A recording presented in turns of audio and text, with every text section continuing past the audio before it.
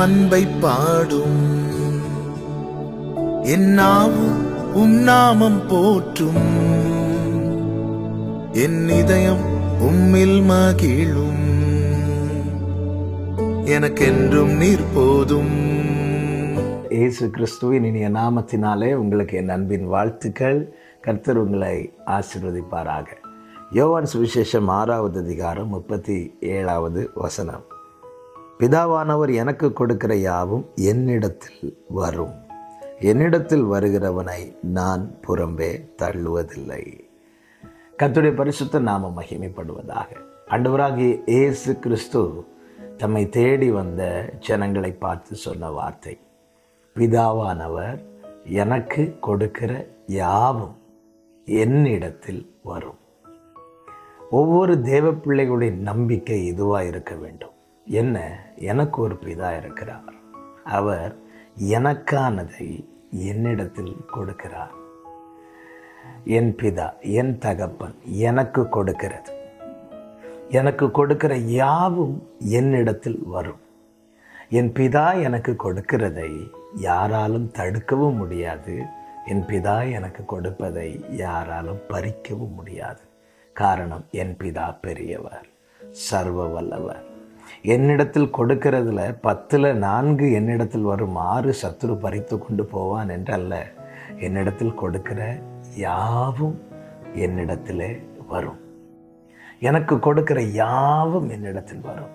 என கேட்கிற அன்பு சகோதரா, சகோதரி, தூரமாய் இருந்து நம்மை கிருபையாய் சந்தித்து தம்முடைய இரத்தத்தினாலே நம்மை கழுவி சுத்திகரித்து தம் மண்டையிலே நெருங்க வைத்து அவருடைய பிள்ளைகளாகும் பாக்கியத்தை நமக்கு தந்திருக்கிறார். இப்பொழுது நாம் அவருடைய பிள்ளைகள். அவருடைய நாமத்தின் மேல் விசுவாசம் உள்ளவர்களாகிய ஆண்டவராகிய இயேசு கிறிஸ்துவை யார் யார் ஏற்றுக்கொண்டார்களோ அவர்கள் அனைவரும் அவருக்கு பிள்ளைகள் ஆகும்படி அதிகாரம் கொடுத்திருக்கிறார். இப்பொழுது நாம் பிள்ளைகளாக இருக்கிறோம். நமக்கு ஒரு பிதா பரலோகத்தில் இருக்கிறார். எந்த தகப்பனாவது தன் பிள்ளைக்கு அப்பத்துக்கு பதில் கல்லை கொடுப்பானா? மீனுக்கு பதில் பாம்பை கொடுப்பானா? முட்டைக்கு பதில் தேளை கொடுப்பானா? பொல்லாதவர்களாகி நீங்களே உங்கள் பிள்ளைகளுக்கு நல்ல ஈவுகளை கொடுக்க அறிந்திருக்கும் போது பரலோக பிதா இதை விட அதிகமாய் தருவார் அல்லவா? நல்ல ஈவை தருவார் அல்லவா? பரலோகத்தில் இருக்கிற நம் பிதா நல்ல தகப்பன். பரலோகத்தில் இருக்கிற எங்கள் பிதாவே என்று ஜெபிக்க சொல்லி தந்தவர் நம் ஆண்டவராகிய இயேசு கிறிஸ்து. பிதா நமக்காய் தருகிறது, அது நம்மிடத்தில் வரும்.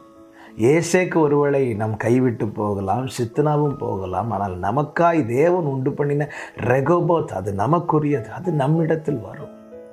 இன்று நாம் இழந்ததை குறித்து, நஷ்டமானதை குறித்து ஒருவேளை கலங்கலாம். ஆனால் ஒன்றை புரிந்து கொள்ளுங்கள், நமக்குரியதல்லாதது நஷ்டமாகலாம், இழந்து போகலாம். ஆனால் நமக்கென்று தேவன் வைத்திருக்கிறது, அது நம்மிடத்தில் வரும். காரணம், அது பிதா நமக்கு கொடுக்கிறது.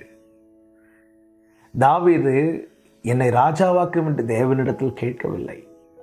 தேவன் சாமுவேலை அனுப்பி சொல்லுகிறார், உன்னை நான் தெரிந்து கொண்டேன் என்று. இது பிதா அவனுக்கு கொடுத்தது. அதற்கு தடையாய் சவுல் இருந்தான். எத்தனையோ பிரச்சனைகள், போராட்டங்கள் இருந்துச்சு. ஆனால் எதை குறித்தும் தாவீது கலங்கவில்லை. காரணம், இது நானாக போய் எடுத்துக்கொண்டது அல்ல, இது என் பிதா எனக்கு கொடுத்தது. வேளை வந்தபோது 2 சாமுவேல் 5வது அதிகாரத்தின் 1, 2, 3 வசனங்களை பார்த்தால் தெரியும். இஸ்ரவேலின் கோத்திரத்தில் இருந்த எல்லாரும் தாவீதினிடத்தில் வந்து, நீர் எங்களுக்கு ராஜாவாக இருக்க வேண்டும் என்று சொல்லி அவனை ராஜாவாக அபிஷேகம் பண்ணினார்கள் என்று வேதம் சொல்லுகிறது. முதலாவது தாவீதை சாமுவேலை வைத்து தேடி வர வைத்து தேவன் தம்முடைய திட்டத்தை தெரியப்படுத்துகிறார்.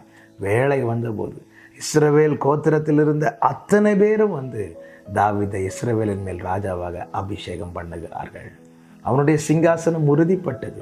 தலைமுறை தலைமுறையாய் அந்த சிங்காசனம் நிலைநிறுத்தப்பட்டது, ஸ்தாபிக்கப்பட்டது. ஏன்? அது பிதா அவனுக்கு கொடுத்தது. இந்த நாளிலே என்னை கேட்டுக்கொண்டிருக்கிற ஒவ்வொருவருக்கும் இயேசு கிறிஸ்துவின் நாமத்தில் சொல்லுகிற வார்த்தை இதுதான். உங்களுக்கு என்னது தேவை என்பதை அப்பா அறிந்திருக்கிறார். அதை அவர் உங்களுக்கு தருவார். உங்களுக்கு தருவது உங்களிடத்தில் வரும். இந்த நம்பிக்கையோடு தேவனை மகிமைப்படுத்துங்கள். கர்த்தர் உங்களை ஆசீர்வதிப்பாராக.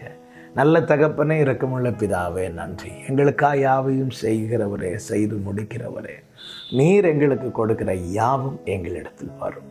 இந்த நம்பிக்கையோடு நாங்கள் காணப்பட முன் செல்ல கிருபை செய்யும். இயேசு கிறிஸ்துவின் நாமத்தில் பிதாவே, ஆமென்.